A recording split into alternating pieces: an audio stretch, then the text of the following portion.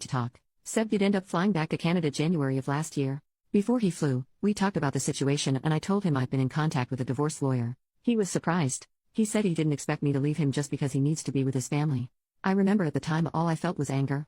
I was so mad that he's making it sound like I'm the bad person. Nevertheless, the conversation didn't end well. He left without any closure, but he said he will be back in March. I was left alone.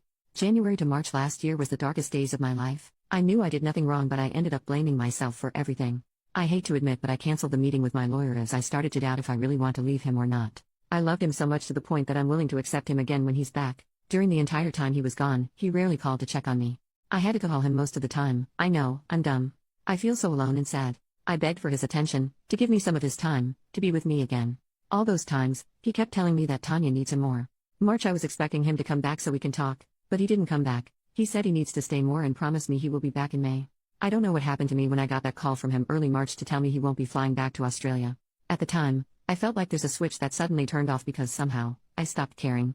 When he told me he won't be back until May, I knew I have to move forward without him. Fast forward to May, he was back. That day, we sat down to talk. He broke down and said I can't lose you too. When he said that, I thought Tanya was gone. But no, she's not, and as far as I know, she's still alive to this day.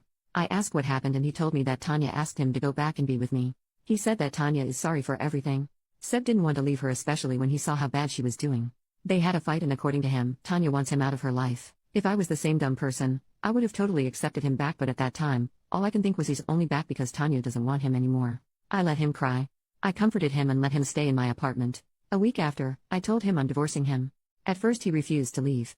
It was a long and painful process, but on my birthday in July, he finally realized that he couldn't manipulate me anymore. By August, he was back in Canada. The divorce is not finalized yet, but we have been separated since he left. He tried to contact me several times last year.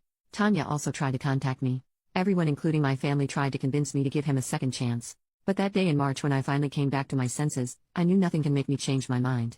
As of now, I'm doing fine alone by myself. I got promoted last year and moved to a bigger apartment near the beach.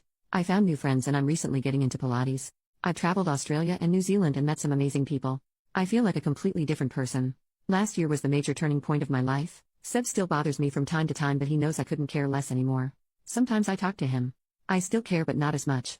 I've been told by our common friends that he's not doing well. He's become an alcoholic and couldn't get a good job because of it. He's mostly couch surfing because Tanya doesn't want him to live with her. Lol.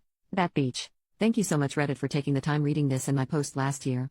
Your advice means a lot to me. For those people who are in the same situation as me, please know that everything is going to be better. I thought I can't get through this. There are times I thought of taking my own life. It was hard. But I promise you, it will be better. You'd be surprised how strong you are and how amazing life can be.